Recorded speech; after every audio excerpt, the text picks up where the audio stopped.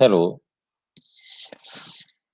In this lecture, we will discuss main topics related with the general science based on physics and the following topics given on the screen: units and measurements, mechanics, optics, physics, matter and its physical properties. I hope you have watched my first lecture. Please watch this second lecture. You will get 4 to 5 questions in your PCS or UPSC exams from this second lecture. Let us start the lecture. There are 7 fundamental basic SI units. देखो बच्चों, वैसे तो बहुत सारी SI units होती हैं, but basic SI units 7 होती हैं, which are given here. Mass की यूनिट होती है KG, light intensity candela, temperature kelvin, length metre, time second, electric current ampere में मेजर करते हैं एंड अमाउंट ऑफ सब्सटेंस को मोल में मेजर करते हैं. तो ये 7 बेसिक ऐसी यूनिट्स हैं. एक बात याद रखना, वो फिजिकल क्वांटिटीज जो इन यूनिट से मेजर होती हैं, उन क्वांटिटीज को हम फंडामेंटल फिजिकल क्वांटिटीज बोलते हैं. दो quantities which are measured by these basic SI units are known as fundamental physical quantities. इसी के बेस पर एक क्वेश्चन दिया है, देखिए यहाँ पे, which is fundamental physical quantity. ये यूपीएससी का प्री का पेपर है, एग्जाम है ये 2016 का. 4 है, देखिए यहाँ पे, force, velocity, electric current, work. वैसे तो सभी की SI यूनिट होती हैं, बट ये अबो गिवन जो 7 यूनिट्स हैं, इनमें से हम किसको मेजर कर सकते हैं? ओनली इलेक्ट्रिक करंट को, एम्पियर की हेल्प से. That's why electric current is fundamental physical quantity. तो सिंपल सी बात क्या है, जो फिजिकल क्वांटिटी इन यूनिट से डायरेक्ट मेजर होती है उसको बोलते हैं फंडामेंटल फिजिकल क्वांटिटी. तो ये जितनी ब्लू कलर में है ना, mass, light intensity, temperature, electric current, time, ये सब हमारी फंडामेंटल फिजिकल क्वांटिटी है. नीचे नोट लिखे देखिए बॉटम पे, ए मैन इनहेल्स. ये कुछ रैंडम नोट्स होते हैं, इनका कोई पर्टिकुलर टॉपिक नहीं होता. A man inhales about 4 to 5 litre air, hence its body mass increases by 1.22 ग्राम. ये मास क्यों इंक्रीज होता है? जो 4 से 5 लीटर एयर हमारी बॉडी में एंटर करती है, तो ये मोल कॉन्सेप्ट की हेल्प से उस एयर का मास निकाला हुआ है 1.22 ग्राम, अबाउट, अप्रॉक्स. सेकेंड नोट है STP, standard temperature and pressure. ये एक जनरल बात है, सबको पता होनी चाहिए. 0 केल्विन टेम्परेचर होता है एंड 1 atm प्रेशर स्टैंडर्ड होता है. Ice is lighter than water. Ice lighter क्यों होती है? Because ice has open case structure. Actually ice के अंदर वैकेंट स्पेस होते हैं, जिसकी वजह से आइस स्लाइटली एक्सपेंड होती है. अगर वाटर को फ्रीज करते हैं ना, तो स्लाइटली एक्सपेंशन होता है आइस में, because of empty spaces. Simple machine, मतलब मशीन पर बेस्ड हर बार एक क्वेश्चन जरूर पूछते हैं. मशीन क्या है? मशीन एक ऐसा टूल है जिसकी हेल्प से हम वर्क करते हैं विद लेस फोर्स. यानी कि वर्क डन तो सेम रहेगा, बट फोर्स कम लगानी पड़ेगी, तो मशीन बन जाती है वो. जैसे पुली है, लीवर है, व्हील है, स्क्रू है, बाइसिकल है, एटसेट्रा, तो उसको मशीन बोल देते हैं. जैसे मान लीजिए आपने 10 किलोमीटर ट्रेवल करना है, तो आपसे कोई कहता है 1 घंटे में 10 किलोमीटर ट्रेवल करना है, तो it is very difficult. But bicycle से आप ट्रेवल कर सकते हैं. वर्क तो आपने उतना ही किया है, 1 किलोमीटर 10 किलोमीटर ट्रेवल करने का, बट आपने बाइसिकल के हेल्प से किया, तो आपने फोर्स कम लगाना पड़ा.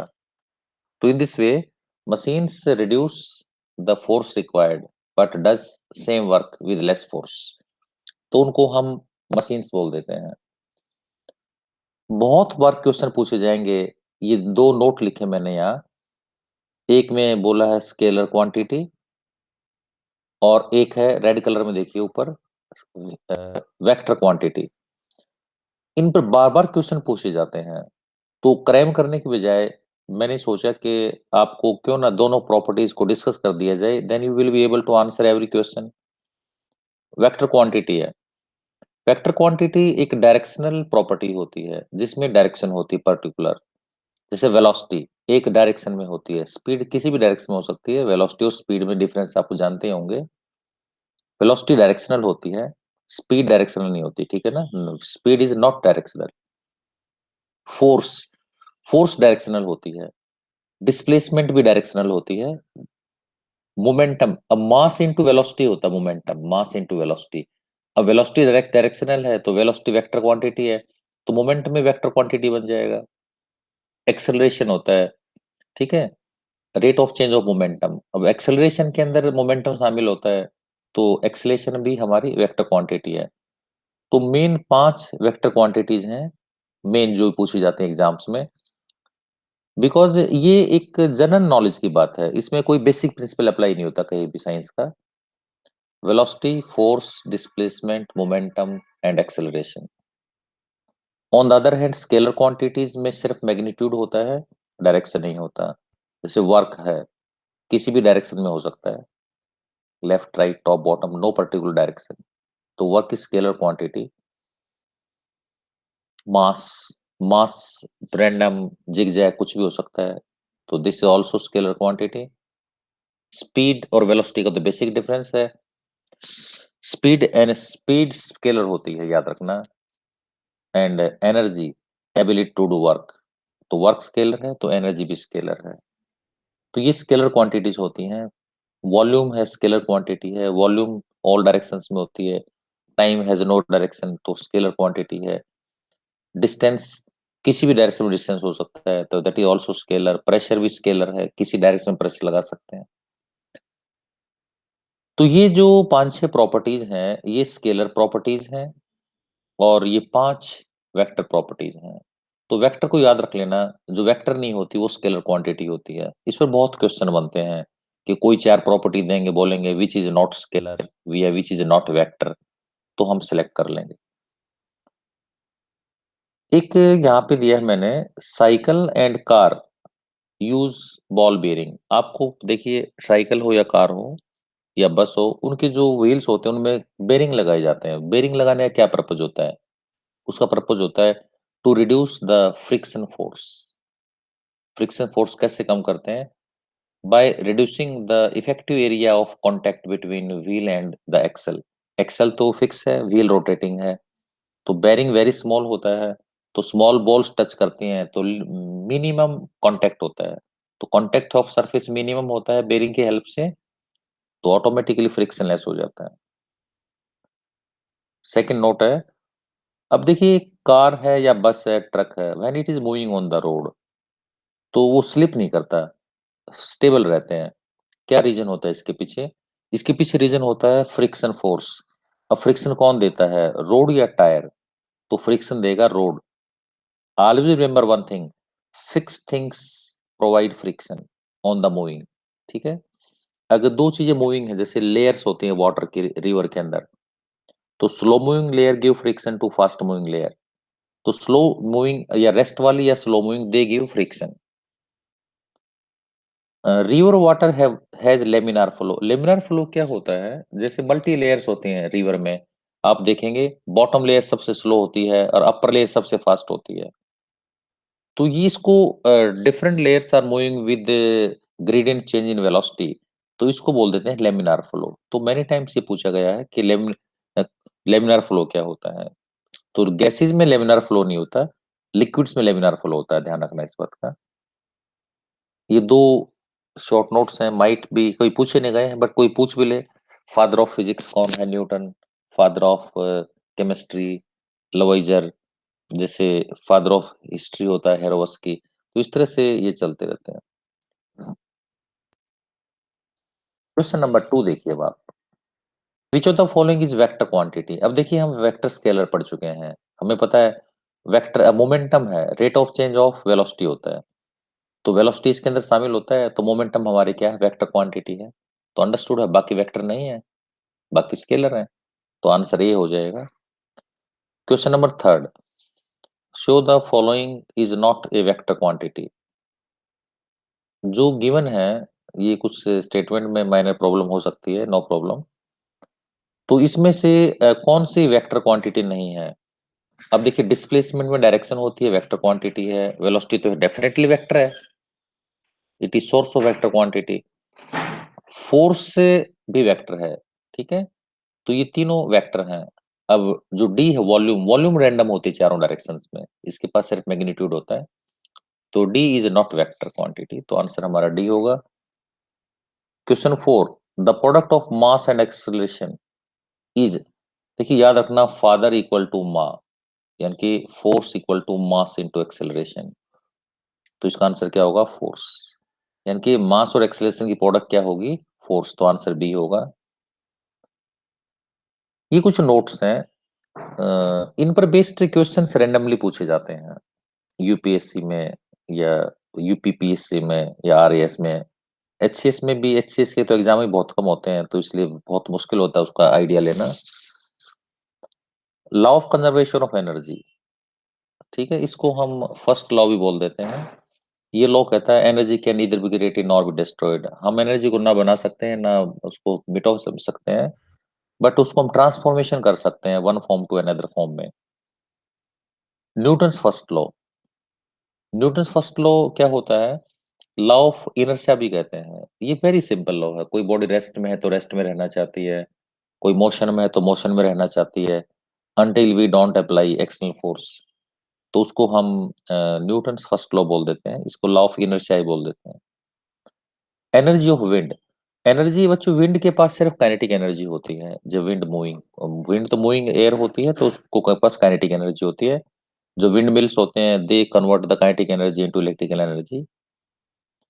Energy of water in dam, अब डैम में वाटर बहुत हाई लेवल पे होता है, उसके पास हाई पोटेंशियल एनर्जी होती है, तो वो पोटेंशियल एनर्जी को इलेक्ट्रिकल एनर्जी में कन्वर्ट करता है, ठीक है। विंड मिल्स क्या करते हैं, वो एयर की काइनेटिक एनर्जी को इलेक्ट्रिकल एनर्जी में कन्वर्ट कर देते हैं, विंड मिल्स। देखिए, जो ऑफिसर्स होते हैं, उनको बेसिक साइंस के प्रिंसिपल्स नहीं पढ़ने होते, बट बेसिक साइंस उनको पता होनी चाहिए। तो ये सभी ओवरऑल वेरियस स्टडीज के बाद हमने ये कंक्लूजन किए हैं कि these are possible things which can be asked in your coming exams of public service commission. Next है जो रिमेनिंग एसआई यूनिट है, जैसे 7 तो बेसिक फंडामेंटल एसआई यूनिट हो गई, ठीक है ना, और जो बाकी की एसआई बच गई वो डिराइव्ड होती हैं, उनको डिराइव करना पड़ता है। दो दो यूनिट्स को मिला के हम डिराइव करते हैं, 2 या 3 यूनिट्स को, उनको बोल देते हैं डिराइव्ड एसआई यूनिट्स। जैसे देखिए, वॉल्यूम है, वॉल्यूम का मीनिंग क्या होता है, length into breadth into height, तीनों को मल्टीप्लाई कर दो। अब लेंथ ब्रेड्थ हाइट से, ये तो हमारी फंडामेंटल फिजिकल क्वांटिटीज हैं, तो इनकी यूनिट क्या होती है, हमारी मीटर होती हैं, तो metre into metre into metre. तो ऐसा यूनिट क्या होगी, मीटर क्यूब। तो मीटर क्यूब एक डिराइव्ड यूनिट बन गई है, ठीक है ना, डिराइव्ड 2 या 3 यूनिट्स को मिला के बन गया, तो डिराइव्ड बोलेंगे इसको। स्पीड है, distance travel per unit time या पर सेकंड बोल दो, तो ये भी डिराइव्ड होगी, तो मीटर पर सेकंड, ठीक है। अब 2 यूनिट्स मिल गई, मीटर भी एसआई यूनिट है, बेसिक एसआई, और सेकंड बेसिक एसआई है, तो 2 यूनिट्स मिल गई, तो इसको डिराइव्ड यूनिट बोलेंगे। तो जितने भी ये टर्म्स हैं, सभी में डिराइव्ड यूनिट्स यूज होंगी। वेलोसिटी है, डिस्टेंस, डिस्प्लेसमेंट ट्रेवल्ड पर सेकेंड इन पर्टिकुलर डायरेक्शन, क्योंकि हमें पता है वेलोसिटी वेक्टर क्वांटिटी है, तो किसी पर्टिकुलर डायरेक्शन में, देखो स्पीड और वेलोसिटी में यही डिफरेंस है, स्पीड में डायरेक्शन आ गई, वेलोसिटी में डायरेक्शन नहीं है, ठीक है। तो वेलोसिटी निकालेंगे कैसे, डिस्टेंस अपॉन टाइम, यानी कि मीटर पर सेकेंड। एक्सेलरेशन ये होता है rate of change of velocity, कितना वेलोसिटी चेंज होता है, उसको एक्सेलरेशन बोल देते हैं बच्चों। It is velocity upon time. Work, but I will suggest you, आप एक्सेलरेशन जरूर चेक कर लेना। I have little doubt about acceleration, ठीक है, so please my suggestion to you, please check this. Work, it is said to be done when anybody shows displacement in the direction of force applied. देखो, एक common फंडा है, हम जिस direction में force लगाते हैं बॉडी का डिस्प्लेसमेंट उसी डायरेक्शन में होना चाहिए, then only work is set to be done. मान लो आपने फोर्स लगाया नॉर्थ साइड में और डिस्प्लेसमेंट हुआ वेस्ट में, तो हम कहेंगे work is not done. Okay, तो याद रखना, जिस डायरेक्शन में फोर्स अप्लाई होता है उसी डायरेक्शन में डिस्प्लेसमेंट होना चाहिए, then only work is set to be done. तो वर्क की वैल्यू कैसे निकालते हैं हम? यूनिट फोर्स इनटू डिस्प्लेसमेंट, यानी कि फोर्स न्यूटन में, डिस्प्लेसमेंट मीटर में, तो न्यूटन मीटर होता है। वर्क एक स्केलर क्वांटिटी है, ध्यान रखना। Momentum product of mass and velocity, mass और वेलोसिटी के प्रोडक्ट को मोमेंटम कहते हैं। बहुत बार एमसीक्यूज में पूछा गया पीसी यूपी पीसीएस में कि what is the mass of velocity and what is product of mass and velocity, what is product of mass and velocity, तो इसके प्रोडक्ट को क्या कहते हैं? मोमेंटम कहते हैं। एक बार यूपीपीएस में पूछा गया what is product of mass and acceleration, उसको फोर्स कहते हैं। मास एंड एक्सेलरेशन की प्रोडक्ट को फोर्स कहते हैं, मास एंड वेलोसिटी की प्रोडक्ट को मोमेंटम कहते हैं। ठीक है, तो मास केजी में होगा और वेलोसिटी की यूनिट हो गई मीटर पर सेकंड, तो ये कंबाइंड यूनिट बन जाएगी ये। फोर्स है mass into acceleration, M into A. ठीक है, Newton's law, for every action there is equal and opposite reaction. आप किसी चीज को पुश करते हैं तो सामने से इक्वल रिएक्शन मिलता है। ठीक है, तो इसको बोलते हैं Newton's law. The one more term is power. बच्चों, पावर क्या होता है? Rate of doing work by machine और any body is power. Power की यूनिट क्या होती है? वैसे वाट होती है। वाट किसके इक्वल होता है? Work upon time. ऐसा यूनिट इसकी जूल अपॉन सेकंड होती है, इसको वाट कहते हैं बच्चों। तो वाट एक डिराइव्ड यूनिट है। ठीक है, जैसे मान लो एक 100 वाट का बल्ब है, क्या मीनिंग होगा? इसका मीनिंग होगा that is emitting 100 joule energy पर सेकेंड। अगर कोई 200 वाट का बल्ब है, इसका मीनिंग क्या होगा? 200 जूल एनर्जी इमिटेड पर सेकेंड। कोई बल्ब 500 वाट का है, it means 500 joule energy emitted पर सेकेंड। नेक्स्ट हम एनर्जी, आप जानते हैं एनर्जी तो सभी को पता होता है, ability to do work. Ability to do work is called energy. Energy की डिफरेंट फॉर्म्स होती हैं, kinetic energy, mechanical energy, light energy, sound energy, solar energy, सारी एनर्जी की फॉर्म होती हैं। जो मैकेनिकल एनर्जी होती है उसमें सिर्फ दो एनर्जी होती हैं, potential energy and kinetic energy. आपको पता ही हो, kinetic energy occurs due to motion and potential energy is due to position of the object. ठीक है, जैसे डैम में पानी भरा होता है ऊपर तक, तो उसके पास काइनेटिक मोशन तो है नहीं, तो काइनेटिक एनर्जी जीरो है, but potential energy very high है। तो ये हम देख सकते हैं। पोटेंशियल एनर्जी का एक ही फॉर्मूला होता है, 2-3 बार क्वेश्चन पूछे गए इस फॉर्मूला से, mgh, mass into gravity into height. इससे हम पोटेंशियल एनर्जी निकाल सकते हैं। फ्लोइंग वाटर के पास काइनेटिक एनर्जी भी होती है, पोटेंशियल भी होती है। ठीक है, बट रेस्ट वाटर के पास केवल पोटेंशियल एनर्जी होती है। तो डैम के अंदर क्या होती है? Potential energy. क्वेश्चन नंबर 5, ये नहीं पर बेस्ड क्वेश्चन है, देखिए। Four wheel car moving in a circular path eight high speed, ये पीसीएस का क्वेश्चन है 2005 का, यूपी पीसीएस का। कोई फोर व्हीलर कार है, आप उसको सर्कुलर पाथ में घुमाते हैं, तो आप इमेजिन करिए आप एक कार में बैठे हैं और कार एक सर्कल में घूम रही है, तो आपका झुकाव किस साइड होगा? बाहर की साइड में। ठीक है, तो बाहर वाले जो टायर होंगे उनके ऊपर प्रेशर बढ़ जाएगा, वो स्किड करेंगे, लेफ्ट वाले तो ऊपर उठ जाएंगे। ठीक है ना, जो अंदर वाले टायर्स हैं, अगर कार घूम रही है, आप इमेजिन करिए, तो बाहर की तरफ झुकती है कार, तो अंदर वाले टायर ऊपर उठ जाते हैं, तो बाहर वाले पे प्रेशर आएगा, तो स्किड किधर होगी? बाहर की तरफ स्किड होगी। ठीक है ना, तो हमेशा बाहर की तरफ स्किड होती है because of centrifugal force. Centrifugal force क्या होती है? जैसे एक बॉल है, आप बॉल के रस्सी बांधिए, उस बॉल को घुमाइए, तो बॉल आपके हाथ से छूट के दूर भाग जाती है ड्यू टू सेंट्रीफ्यूगल फोर्स। तो same thing happens in this car. Next question number 6 पे आ जाइए। When A car is stopped bye emergency breaking, अगर हम कार में जा रहे हैं कहीं पे, इमरजेंसी ब्रेक लगाना पड़े, तो पैसेंजर आगे क्यों गिरता है? कौन सा लॉ लगता है? Newton first law. Newton second और थर्ड लॉ पे कभी कुछ नहीं पूछा जाएगा आपसे, फर्स्ट लॉ पता होना चाहिए, जो लॉ ऑफ इनर्शिया होता है, फर्स्ट लॉ। तो पैसेंजर मोशन में है, सडन ब्रेक लगा दिया, तो वो मोशन में रहना चाहते हैं, इसलिए आगे की तरफ गिरते हैं। ठीक है, जैसे मान लीजिए कार है, हम कार में बैठे हैं, कार रेस्ट पोजीशन में है, सडनली कार को भगा दिया जाए या क्लच गलती से छूट जाता है, कार एकदम से भागती है तो हम पीछे झुकते हैं, तो ये भी न्यूटन फर्स्ट लॉ है, ठीक है। तो न्यूटन फर्स्ट लॉ या लॉ ऑफ इनर्शिया यही कहता है, अगर मोशन में है तो हम मोशन में रहना चाहते हैं, एंड रेस्ट में है तो रेस्ट में रहना चाहते हैं, अनटिल और unless external force is not applied, ठीक है। इसलिए ब्रेक लगाने पे हम आगे की तरफ गिरते हैं। Question number 7, separation of cream from milk by churning is due to which force? Milk को हाई स्पीड पे रोटेट करते हैं तो क्रीम अलग हो जाती है, तो कौन सी फोर्स लगेगी? सेंट्रीफ्यूगल फोर्स, ठीक है, सेंट्रीफ्यूगल फोर्स।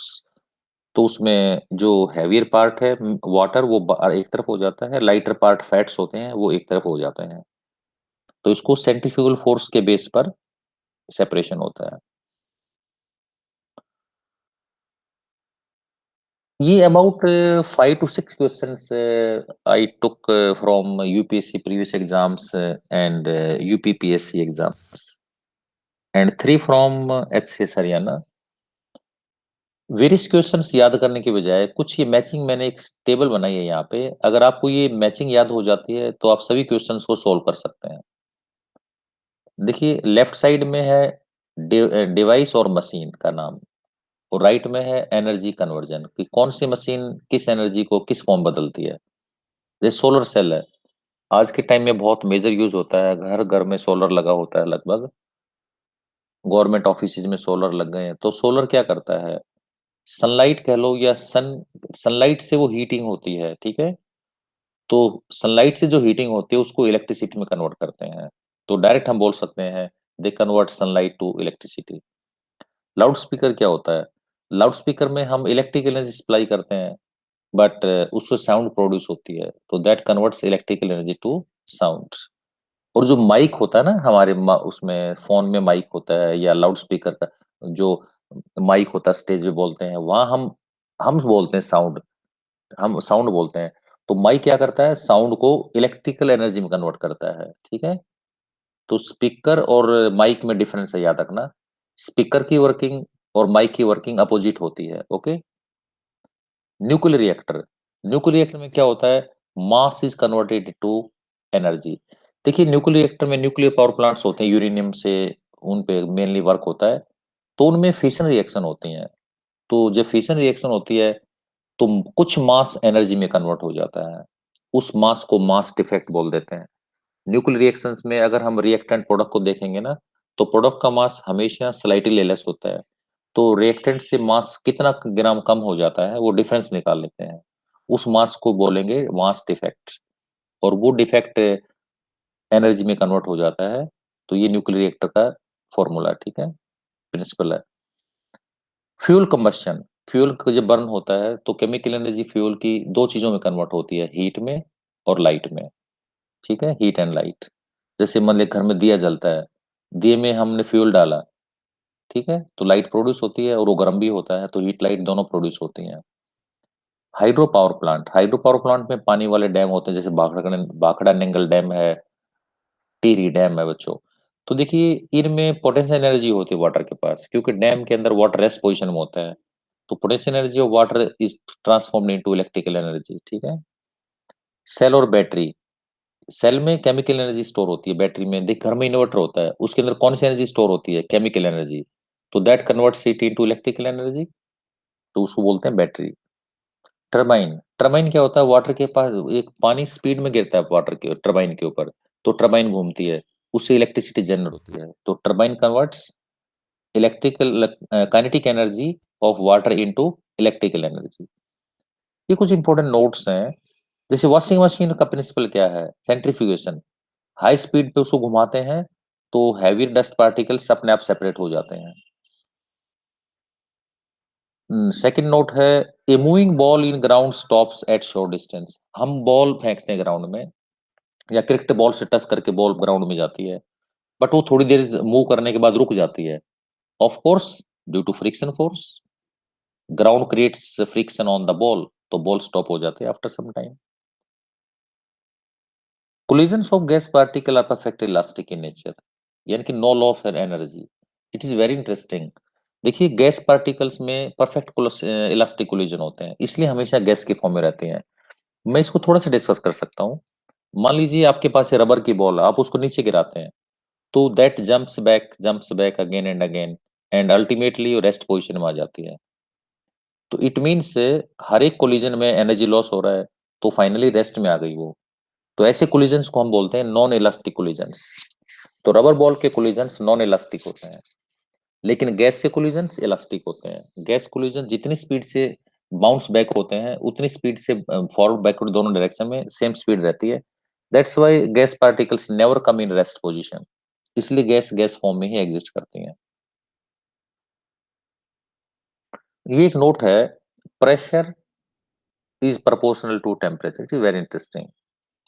अगर टेम्परेचर चेंज होता है तो प्रेशर चेंज होता है, अगर टेम्परेचर कांस्टेंट रहता है तो प्रेशर कांस्टेंट रहता है। जैसे देखिए एक एलपीजी सिलेंडर है, LPG cylinder provides same pressure through out life. अब देखिए एलपीजी सिलेंडर में चाहे 2 किलो गैस है या हाफ के जी गैस है या 4 केजी या 10 केजी, कितनी भी गैस है बच्चों, मान लो 1 मंथ तक सिलेंडर चलता है, बट उसमें प्रेशर कभी चेंज नहीं होता, याद रखना। क्योंकि उसमें अंदर एक लिक्विड और गैस का इक्विलिब्रियम रहता है, तो उसका प्रेशर थ्रू आउट सेम रहता है, कभी चेंज नहीं होता, ध्यान रखना। ओके। उसमें प्रेशर एंड पे जब वो गैस फिनिश होगी तब सडनली प्रेशर फॉल होगा, otherwise pressure remains thoroughly same. इसका प्रूफ ये है, देखिए नेक्स्ट पॉइंट बना रखा मैंने। एक किचन में 3 सिलेंडर रखे हैं, एक में 2 केजी एलपीजी है, सेकंड वाले में 5 केजी गैस है, थर्ड वाले में 10 केजी। कोई आपसे पूछता है किस में ज्यादा प्रेशर है, आप सोचेंगे 10 वाले में ज्यादा है, बट ऐसा नहीं है। बिकॉज तीनों सिलेंडर इकट्ठे रखे हैं एक टेम्परेचर पे, इसलिए तीनों में टेम्परेचर सेम है, तो तीनों के अंदर क्या होगा, बिल्कुल आइडेंटिकल प्रेशर होगा बच्चों।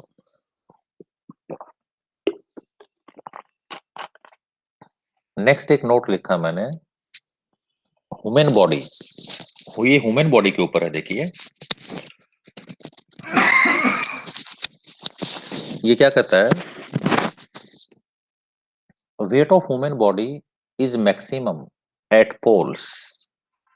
पोल्स हैं, इक्वेटर्स हैं, कहीं पूछ सकते हैं, ग्राउंड सरफेस पे, माउंटेन्स पे, कहीं पूछ सकते हैं, तो आपको बताना है ह्यूमन बॉडी का मैक्सिमम वेट कहाँ पे होता है, वो पोल्स पे होता है। Okay. Note at every place, her place पे अलग वेट होता है। मास तो कांस्टेंट रहता है ह्यूमन बॉडी का, लेकिन वेट चेंज होता रहता है, याद रखना। मास कभी चेंज नहीं होता किसी भी चीज का।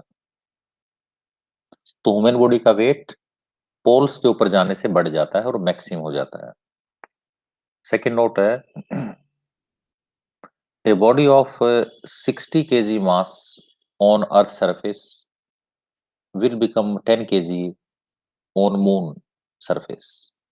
ऐसा क्यों है, देखिए बच्चों, मून की ग्रेविटी अर्थ की ग्रेविटी से 1/6 होती है, इसलिए हमारी बॉडी 6 टाइम्स हल्की हो जाती है वहां पे जाके। ठीक है। जैसे मान लो 600 केजी की बॉडी है, तो मून पे जाके 100 केजी की हो जाएगी वो। अगर 60 केजी की बॉडी है, तो मून पे जाने से 10 केजी की हो जाएगी। तो we feel lighter on moon. जैसे देखा होगा ना, मून पे एस्ट्रोनॉट्स होते हैं, वो जंप करते रहते हैं, क्योंकि उनकी बॉडी बहुत हल्की हो जाती है, इसलिए वो इजीली बहुत लंबी जंप करते हैं। एक टर्म है वेटलेसनेस। वेटलेसनेस होता है वेट फिनिश हो जाना। जहां पे ग्रेविटी जीरो होगी तो वेट जीरो हो जाएगा। वैक्यूम मत समझना, या वैक्यूम वाला ऑप्शन जरूर मिलेगा इसमें, तो डोंट टिक वैक्यूम, याद रखना। ग्रेविटी जब जीरो होती है तब वेटलेसनेस होती है, ध्यान रखना। अगर सडनली ग्रेविटी जीरो हो जाएगी तो हमारी बॉडी का वेट भी जीरो हो जाएगा, बट मास नेवर चेंजेस। ये बड़े कंफ्यूजिंग है दोनों। वेट हाइट पे डिपेंड करता है, weight changes, weight depends on gravity. Okay. But mass remains always constant. Next note है, speed of earth into orbit. ये भी कई बार पूछा गया यूपीपीसीएस में, ये सीडीएस में पूछा गया क्वेश्चन है कि अर्थ ऑर्बिट में जो ऑर्बिटिंग स्पीड है अर्थ की क्या है, that is 107,208 kilometre per our और 29.78 किलोमीटर पर सेकेंड। ये याद रखने वाली बात है। ठीक है। इसको वैसे बोलने में तो हम बोल सकते हैं 1 लाख के आसपास होता है ये, 1,07,000 kilometre per hour about, but per second it is about 30 kilometre हो गए, ये 29.7 है। तो 1,30,000, 1,30,000 याद रख लेना।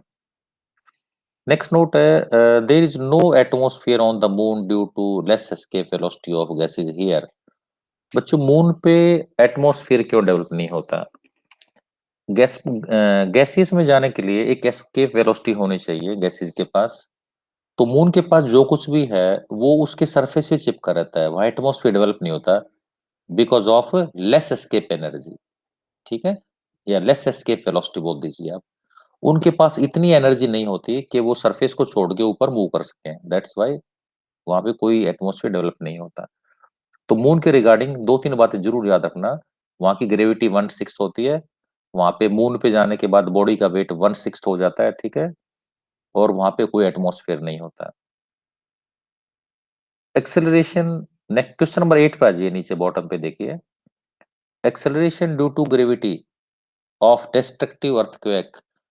देखिए, ग्रेविटी होती है 980 सेंटीमीटर पर सेकंड। ऑप्शन डी पे आ जाइए एक बार। अगर इससे ज्यादा अर्थक्वेक आता है तो ग्रेविटी उसको मेंटेन नहीं कर पाती, वो चीज ब्रेक हो जाती है, टूट जाती है। तो जब भी अर्थक्वेक की जो है एक्सेलरेशन इससे ज्यादा आएगी तो वो डिस्ट्रक्टिव अर्थक्वेक माना जाता है, ध्यान रखना। यानी कि अर्थ ग्रेविटी से बियॉन्ड चला गया पावर से, तो वो अर्थ उसको होल्ड नहीं कर पाती उस चीज को, और वो डिस्ट्रक्शन में आ जाता है। घरें हैं, बिल्डिंग्स हैं, गिर जाती हैं, ठीक है। क्वेश्चन नंबर 9 पे आइए। The mass of 600 kg body will show its mass at moon. देखिए, 600 kg की बॉडी है, मून पे जाने से कितने केजी की हो जाएगी? 1/6 हो जाएगी, क्योंकि ग्रेविटी लेस है ना वहां पे, 1/6। तो 100 kg की रह जाएगी, तो आपका आंसर होगा ए। एक नोट लिखा मैंने, अगर ग्रेविटी जो gravitational force of earth suddenly disappear, gravity zero हो जाए, अभी पीछे बताया था मैंने, तो बोलो कौन जीरो होगा? देखिए, वेट की वैल्यू क्या है? मास इंटू ग्रेविटी, फॉर्मूला देखिए यहाँ पे। अगर ग्रेविटी जीरो हो जाए तो वेट जीरो होगा, याद रखना। मास कभी जीरो नहीं होता, ओके। नोट, एक सेंट्रीपिटल फोर्स है सेकंड नोट में। सेंट्रीपिटल फोर्स कहां से आती है? सेंट्रीपिटल फोर्स और सेंट्रीफ्यूगल दो फोर्स होती है बच्चों। सेंट्रीफ्यूगल बाहर ले जाती है, move away from the centre, और सेंट्रीपिटल मूव टुवर्ड सेंटर। तो सेंट्रीपिटल फोर्स क्यों आती है? Due to gravitational force on the satellites by the earth. जैसे सैटेलाइट्स घूमते रहते हैं, अर्थ से दूर क्यों नहीं चले जाते, फिक्स ऑर्बिट में क्यों घूमते हैं? उनको कौन अट्रैक्ट करके रखता है? तो दैट इज सेंट्रीपिटल फोर्स। यानी कि, और इसको कौन जनरेट करता है सेंट्रीपिटल फोर्स को? ग्रेविटी। सैटेलाइट का क्वेश्चन बच्चों यूपीपीसीएस में 6 बार पूछा गया, 6 टाइम्स। और एचपीपीएस में पूछा गया है, एचसीएस में पूछा गया है।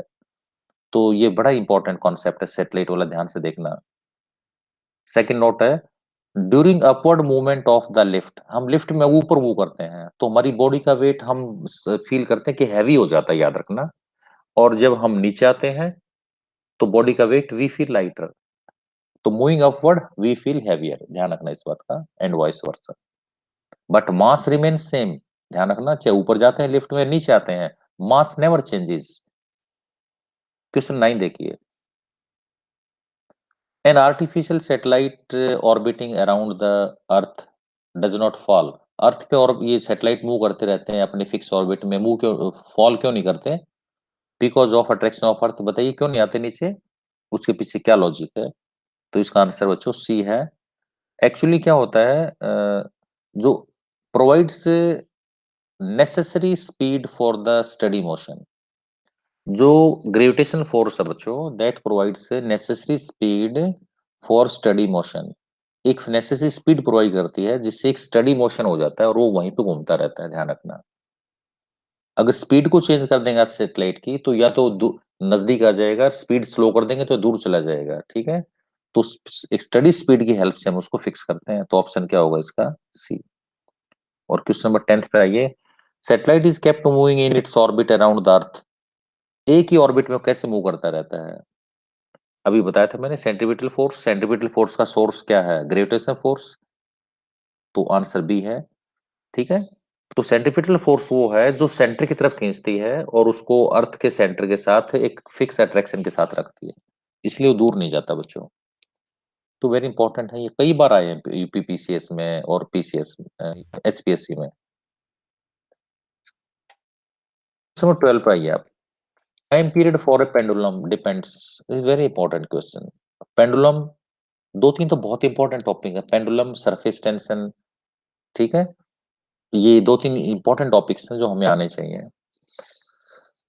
The time period of pendulum depends on, ये मैंने फॉर्मूला दिया ग्रीन कलर में, वैसे फॉर्मूला कोई नहीं पूछेगा आपसे, फॉर्मूला बेसिक प्रिंसिपल में आ जाता है तो वो नहीं आएगा आपसे। ये टी फॉर टाइम पीरियड है, 2 पाई रूट एल अपॉन जी। एल होती है लेंथ ऑफ पेंडुलम, जी होती है ग्रेविटी। तो देखिए एल ऊपर है तो टाइम पीरियड एल के डायरेक्टली प्रोपोर्शनल है। तो पेंडुलम की लेंथ जितनी ज्यादा होती है उसका टाइम पीरियड भी उतना ही ज्यादा होगा। अगर टाइम पेंडुलम की लेंथ कम हो जाती है तो टाइम पीरियड कम हो जाएगा। देखो जैसे मान लो गर्मियों में क्या होगा, विंटर में हीटिंग होने से लेंथ बढ़ जाती है पेंडुलम की, तो टाइम पीरियड बढ़ जाएगा। मैं फॉर्मूले पे ध्यान देना। और विंटर में पेंडुलम की लेंथ कॉन्ट्रैक्ट हो जाती है क्योंकि मेटल कॉन्ट्रैक्ट होते हैं ठंडे होने से। तो कोल्ड विंटर में वो कॉन्ट्रैक्ट हो जाते हैं, लेंथ कम हो जाती है तो टाइम पीरियड भी कम हो जाएगा, तो याद रखना इस चीज को। तो सेकंड का आंसर क्या हो जाएगा, बी। तो टाइम पीरियड किस पे डिपेंड करता है, लेंथ पे डिपेंड करता है। Why do pendulum clocks usually loss time in summer, summer में टाइम क्यों क्यों लगता है, समर में टाइम लॉस क्यों हो जाता है, इसके पीछे देखिए क्या लॉजिक है। आंसर सी पे आ जाइए। Length of pendulum increases, show time period of oscillation increases. तो देखिए समर में लेंथ बढ़ जाएगी तो टाइम पीरियड बढ़ जाएगा। ओके, ये क्वेश्चन रॉन्ग है बच्चों, ये 13th question. Please you check this question, don't follow this, मैंने अभी ध्यान दिया during lecture, I will correct this later. Question 14 पे आइए। Simple pendulum is set into oscillation when, then which statements are correct.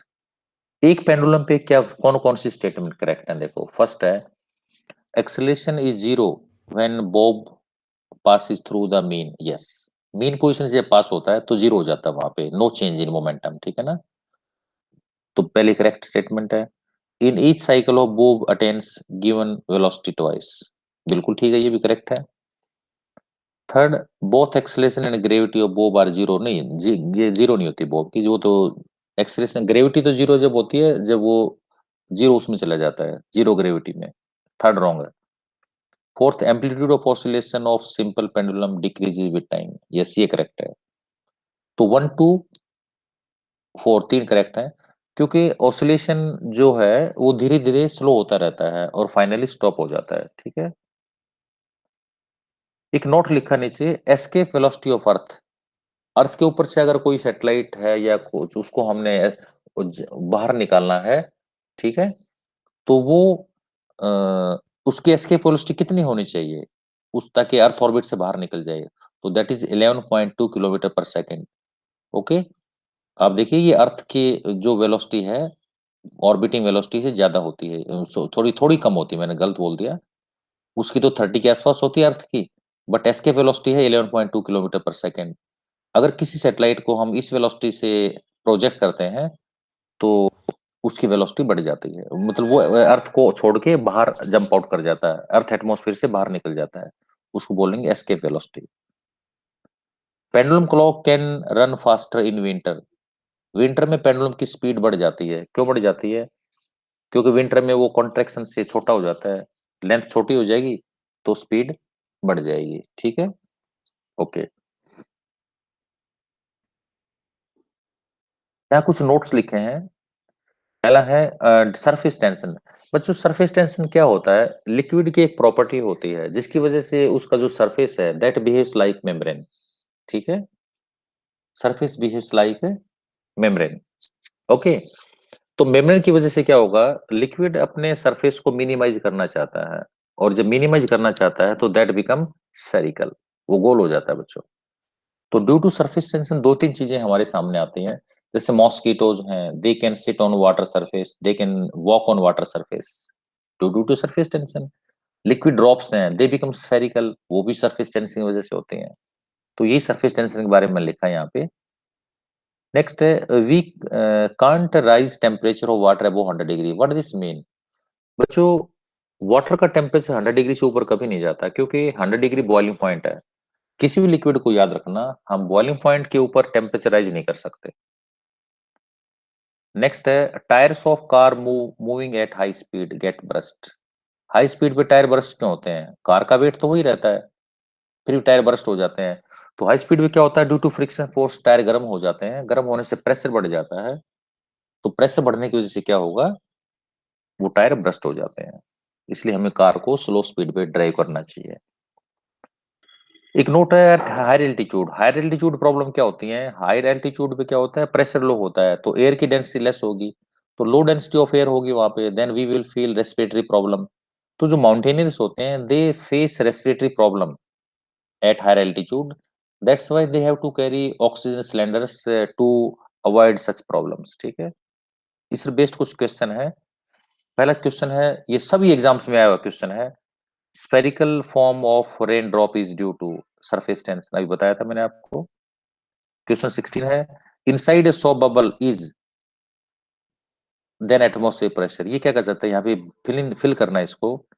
Shop के अंदर कोई bubble है, अगर सॉप्स में बबल रह जाते हैं, एयर बबल्स, तो उसका प्रेशर क्या होगा, उसका प्रेशर एटमॉस्फेयर प्रेशर से ज्यादा होता है, याद रखना, मोर। ठीक है, और जितना छोटा बबल होगा हाई प्रेशर होगा, क्योंकि उसमें कॉन्ट्रैक्शन होगी ना गैस की। बबल बड़े साइज का होगा तो प्रेशर लेस होगा, छोटे साइज का बबल में हाई प्रेशर होता है। ठीक है, ध्यान रखना इस बात का। जैसे मान लो एक सॉप में दो बबल्स हैं, एक छोटे साइज का बबल है, एक बड़े साइज का है। यूपीएससी में पूछा क्वेश्चन है ये वाला। दोनों बबल्स को हमें पाइप से कनेक्ट कर देते हैं, तो छोटे बबल में ज्यादा प्रेशर है, तो gas will flow from smaller bubble to larger size bubble. Okay, क्योंकि उसमें प्रेशर लेस है, तो gases flow from high pressure to low pressure.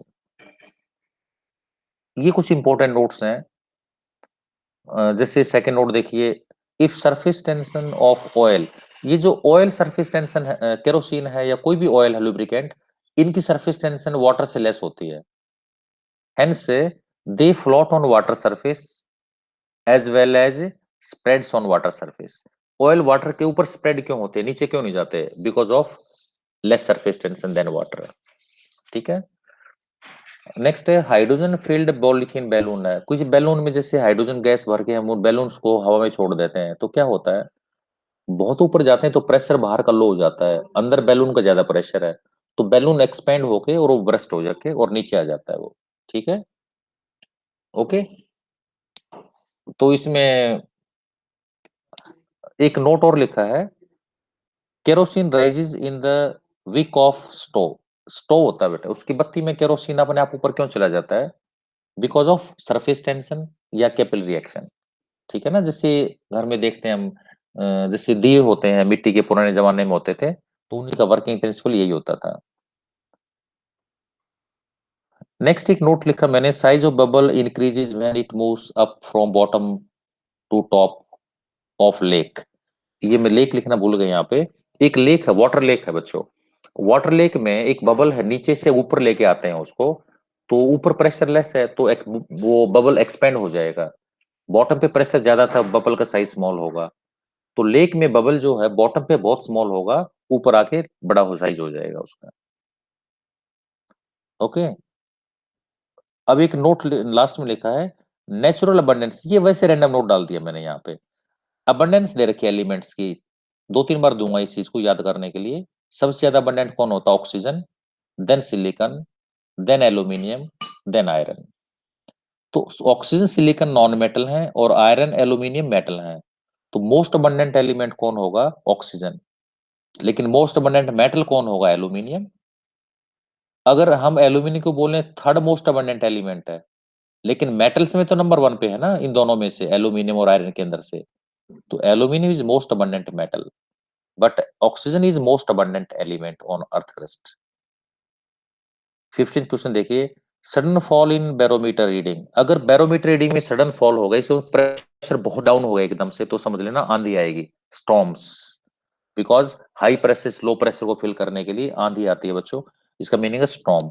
Rain तो किसी भी सीजन में हो सकता है, ध्यान रखना, बट स्टॉर्म होते हैं जब प्रेशर गिरता है। तो बैरोमीटर रीडिंग सडन फॉल होने से समझ लेना कि वहां पे स्टॉर्मी मौसम वो है, वेदर। विस्कोसिटी, एक टर्म होती है विस्कोसिटी बच्चों, लिक्विड से वो प्रॉपर्टी होती है जो लिक्विड्स को फ्लो करने से रोकती है। ठीक है, विस्कोसिटी हाई होती है, जैसे हनी है उसकी हाई होती है, तो that flow very very slowly. तो जितने विस्कस लिक्विड होते हैं उनका फ्लो बहुत कम होता है। तो एक फिक्स ऑर्डर है, बार बार पूछा गया है यूपीएससी में और यूपीपीएससी में एंड पीसीएस एग्जाम्स वगैरह में। देखिए, हनी ब्लड वाटर अल्कोहल, सबसे ज्यादा विस्कस कौन होता है? हनी। हनी सबसे गाढ़ा होता है, धीरे धीरे फ्लो करता है। उससे लेस विस्कस ब्लड, उससे लेस विस्कस वाटर, उससे लेस विस्कस अल्कोहल होता है। ठीक है, अब हनी एक बॉटल में है तो धीरे धीरे बाहर आता है क्योंकि हाईली विस्कस है वो। लेकिन अगर हम बॉटल को गर्म कर दें तो विस्कोसिटी कम हो जाएगी, जल्दी बाहर आएगा। तो hot liquids are less viscous. तो याद रखना बच्चों, टेम्परेचर और सरफेस टेंशन के ऊपर, सॉरी, सरफेस टेंशन और विस्कोसिटी के ऊपर टेम्परेचर का इनवर्स इफेक्ट होता है। अगर टेम्परेचर राइज करते हैं तो विस्कोसिटी भी कम हो जाएगी और सरफेस टेंशन भी कम हो जाएगी। नेक्स्ट एक नोट है, ice is bad conductor of heat and electricity. Ice bad conductor होता है, इसलिए तो बच्चों फ्रोजन लेक्स में नीचे फिशेज रहती हैं, ऊपर से ठंड ज्यादा नहीं जाती है, एक आइस बन जाती है, वो ठंड को रोक लेती है। तो नीचे पानी ऐसा रहता है, तो फिशेज वगैरह लाइव रहती हैं उसके अंदर। ठीक है, एक ये बहुत बार क्वेश्चन पूछा गया है कि 4 डिग्री सेल्सियस पे वाटर में एक स्पेशल चेंज होता है। जब आइस मेल्ट होकर 4 डिग्री पे आती है ना, तो कंप्लीट स्ट्रक्चर ब्रेक हो जाते हैं आइस के, तो वॉल्यूम मिनिमम हो जाती है वाटर की, तो डेंसिटी मैक्सिमम हो जाती है। तो 4 डिग्री पे वॉल्यूम आइस जो है मेल्ट होने की वजह से वाटर की डेंसिटी मैक्सिमम होती है, याद रखना इस बात को। नोट, एक शिप है, शिप या बोट है on the water surface but needle sinks in water. ये नोट है, ये आप खुद रीड कर लेना। इन तीनों नोट्स को, जैसे देखिए सेकंड लास्ट नोट तो बहुत इंपॉर्टेंट है, बट जनरल नोट है बल्कि, clouds float on air. Clouds क्यों फ्लोट करते हैं? Because clouds are lighter than air. उनकी जो डेंसिटी होती है ना, वाटर वेपर्स होते हैं क्लाउड्स में, उनकी डेंसिटी एयर से कम होती है, that's why they float on air. Next भी वेरी इंपॉर्टेंट नोट है ये, सी वाटर इज डेंसर। बच्चों, नॉर्मल रिवर वाटर से सी वाटर की डेंसिटी ज्यादा होती है क्योंकि उसमें डिजोल्व साल्ट होते हैं, इसलिए सी वाटर में स्विमिंग करना ज्यादा आसान होता है। उसमें हम लाइटर फील करते हैं ना, that gives upward thrust because of the denser nature. तो sea water is denser due to salty nature. तो सी वाटर में स्विमिंग करना ज्यादा इजी होता है as compare to river water. Question number 16 देखिए, आइस क्यूब, अगर ये फ्लोटिंग आइस क्यूब है ये, वो कहता है अगर वो मेल्ट हो जाए तो क्या पानी लेवल बढ़ेगा ऊपर? तो बिल्कुल भी नहीं, याद रखना। आइस एक्सपेंडेड फॉर्म थी, वो मेल्ट होकर नॉर्मल फॉर्म में आ जाएगी, तो आप कहेंगे no, water level remain same. तो इसका आंसर क्या हो जाएगा? C. Question 17, body weight is highest in vacuum among the following, in which among the following बच्चों? देखिए, जैसे हम पानी में एंटर करते हैं, हम एकदम से लाइटर फील करते हैं। क्यों? क्योंकि वाटर की डेंसिटी काफी अच्छी होती है और वो हमें बैक बाउंस देता है हमें, या अपवर्ड थ्रस्ट देता है। बट हाइड्रोजन तो बहुत लाइटर है, तो इसमें हम ज्यादा हैवी फील करेंगे। तो एयर के एटमॉस्फेयर में हम अगर मूव करते हैं और हाइड्रोजन के एटमॉस्फेयर में, तो हाइड्रोजन के एटमॉस्फेयर में हम ज्यादा हैवी फील करेंगे। ठीक है, क्योंकि हमें बैक बाउंस नहीं मिलेगा, याद रखना। तो जितने डेंसिटी वाले लिक्विड में जाएंगे हम हल्का फील करेंगे, तो वाटर में हम लाइटर फील करेंगे और हाइड्रोजन में हैवियर फील करेंगे। ध्यान रखना इस बात का। व्हेन ए शिप एंटर्स ए सी, ये भी क्वेश्चन कई बार पीसीएस में पूछा गया है, यूपी पीसीएस में 2 बार पूछा गया है। एक शिप है, वो रिवर से मूव करके सी में आ गया, तो उसमें उसके लेवल में क्या चेंज आएगा? देखो, सी वाटर तो हैवियर होता है, तो back bound force, upward thrust ज्यादा मिलेगा।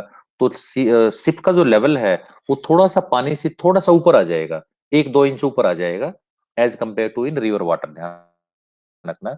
तो लिटिल राइज होगा, तो आंसर ये हो जाएगा इसका। और अगर वो सी वाटर से रिवर वाटर में जाएगा तो लिटिल सिंक कर जाएगा, 1-2 इंच नीचे आ जाएगा। ठीक है ना, तो उल्टा ध्यान रखना इस बात का। इसका एक्सप्लेनेशन मैंने दे दिया, यहाँ पे पढ़ लेना इसको। Now we will discuss question 19, a body floats at 4 degree Celsius in water. कोई बॉडी है 4 डिग्री पे, मान लो पानी पे फ्लोट करती है, अगर हम उसको 100 डिग्री पे ले जाएं तो क्या होगा, 100 डिग्री पे तो सरफेस टेंशन खत्म हो जाएगी, सरफेस ब्रेक हो जाएगा, तो body will sink into water. ध्यान रखना इस बात का। तो आंसर हमारा होगा ए। 100 डिग्री पे सरफेस ब्रेक होके सरफेस टेंशन जीरो हो जाती है, तो nothing can float on water, वो सिंक कर जाएगी। ये कुछ नोट है, स्पीड ऑफ वेलोसिटी दी है मैंने, याद करने वाली बात है, 3 × 10⁸ मीटर पर second. Light reaches from sun to earth 8 minute लगते हैं, अप्रोक्स 8 मिनट लगते हैं, ठीक है। वैसे 8 मिनट 32 सेकंड होते हैं, बट अप्रोक्स 8 मिनट का टाइम है। यूपीपीएससी 6 में 19 में 2 बार पूछा गया ये question. Human eye is most sensitive, yellow green region में हमारी आई सबसे ज्यादा सेंसिटिव होती है, ये यूपीपीसीएस से लिया मैंने क्वेश्चन। और येलो ग्रीन रीजन की वेवलेंथ क्या होती है, 550 नैनोमीटर होती है। ऑंगस्ट्रॉन में 55 ऑंगस्ट्रॉन होती है। विजिबल रीजन, जिस रीजन में हम देख सकते हैं, हमारी आई इस रीजन में सेंसिटिव होती है, 3900 ऑंगस्ट्रॉन टू 7800 ऑंगस्ट्रॉन, ठीक है। वेवलेंथ है ये। वेवलेंथ की का फॉर्मूला होता है hc/λ। आपसे कोई पूछेगा नहीं, एनर्जी और वेवलेंथ का उल्टा होता है। अगर कभी पूछ लिया जाए ना एनर्जी किसकी ज्यादा है, तो जिसकी वेवलेंथ कम होती है उसकी एनर्जी ज्यादा होती है। ध्यान रखना इस बात का। एनर्जी वेवलेंथ का इनवर्स रिलेशन होता है, ध्यान रखना। क्वेश्चन 20 है, human eye is most sensitive to visible region. कौन सी विजिबल रीजन में मोस्ट सेंसिटिव बताया था मैंने, येलो ग्रीन रीजन में होती है, तो आंसर हमारा बी हो जाएगा इसका। Question 21, light appears moving in straight line because, क्योंकि लाइट के जो है ना वेवलेंथ बहुत स्मॉल होती है, इसलिए वो स्ट्रेट लाइन में ट्रेवल करती है। ध्यान रखना इस बात का। तो आंसर सी रहेगा इसका, ये याद रखने वाली बात है। 22 question, which of the following has highest velocity. ये यूपीपीसीएस में आया क्वेश्चन है। सबसे ज्यादा वेलोसिटी ऑफ कोर्स लाइट की होती है, आपको पता है इस बात का। आंसर बी होगा। 23rd क्वेश्चन, देखिए कॉस्मिक रेज है ना, ये तो मैटर पार्टिकल्स बनी होती है न्यूट्रॉन से, इनकी तो बहुत स्लो स्पीड होती है यहाँ पे। और सबसे स्लो होती है सुपरसोनिक वेव्स। ये साउंड वेव्स से थोड़ी सी फास्ट होती हैं, बट इनमें सबसे स्लो होती है इनकी। 23rd question, which of the following does not change with when light travels from one medium to another. जब एक वेरी इंपॉर्टेंट कॉन्सेप्ट बच्चों, याद रखना। अगर लाइट एक मीडियम से दूसरे मीडियम में जाए, जैसे पानी से वाटर में जाए, सॉरी एयर में आए, या एयर से वाटर में अंदर एंटर करे, या एयर से ग्लास में एंटर करे, तो एक प्रॉपर्टी चेंज होती है लाइट की हमेशा।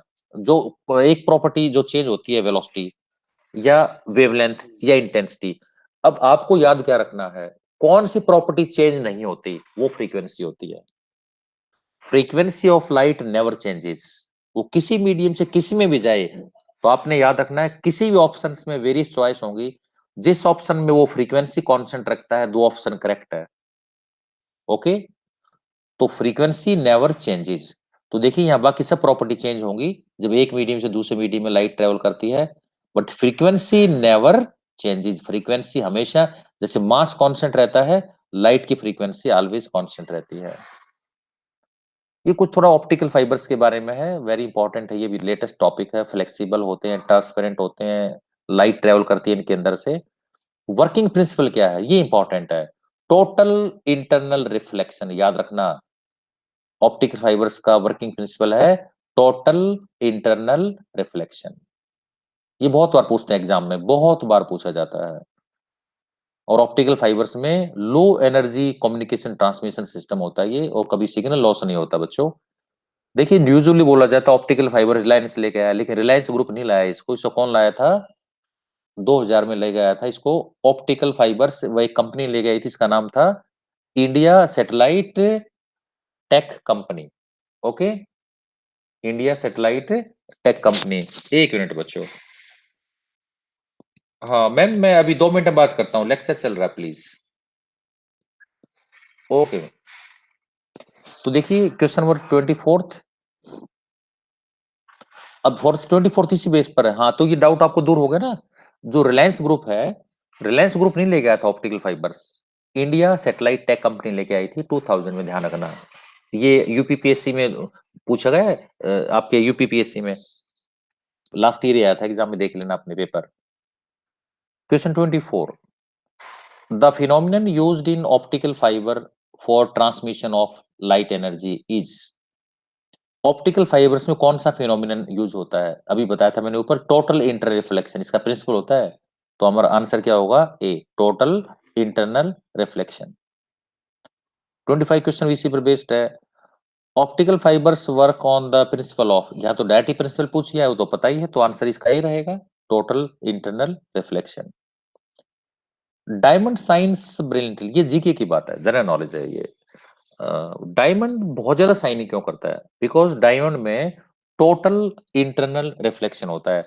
तो डायमंड का शाइनिंग का कैरेक्टर और ऑप्टिकल फाइबर्स का प्रिंसिपल दोनों एक ही चीज होती है, ध्यान रखना। और ये लास्ट एक स्लाइड है, इस पे कुछ मीटर्स के नाम दिए हैं मैंने, इसके साथ ही हम लेक्चर और करेंगे अपना। फ्रीक्वेंटली आस्क्ड है ये, एचसीएस में, यूपीपीएससी, यूपीएससी में या आरएएस में पूछे गए क्वेश्चंस, सबको मैंने क्लब करके एक वो टेबल बना दिए मैंने, जो फ्रीक्वेंटली पूछे जाते हैं। जैसे फेथोमीटर है, इसको फेथोमीटर बोल देते हैं।